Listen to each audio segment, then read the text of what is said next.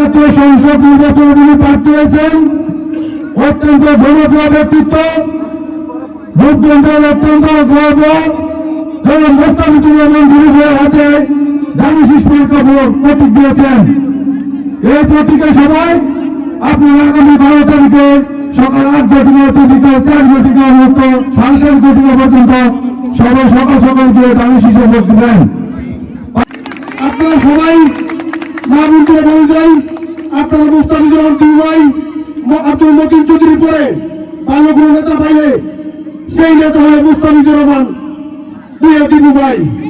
সেই নেতার জন্য আমরা ভোট চাচ্ছি।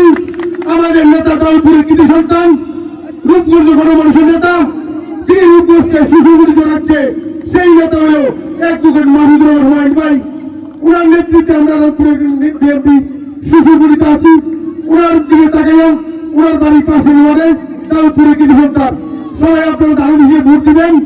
আর আপনারা সবাই সকাল সকাল ভোট দেবেন যাবেন কা সারাদিন ধানের শীষে ভোট দিতে সবাই একত্র করে আমরা ভোট দেবো এবং ভোট দেওয়া শেষ পর্যন্ত রেজাল্ট নিয়ে আমরা যার যার বাড়িতে ফিরবো। এর ভাইবোনদের নিয়ে আমার কাজ থাকবো এবং একটা প্রতিজ্ঞা আমার 12 তারিখ সারাদিন সকাল থেকে যেন ভোট কেন্দ্র সন্ধ্যা পর্যন্ত ভোট দিয়া দীপু ভাইকে বিজয় করে তোরা আমরা ভোট কেন্দ্র থেকে প্রস্থান করবো, ঠিক আছে?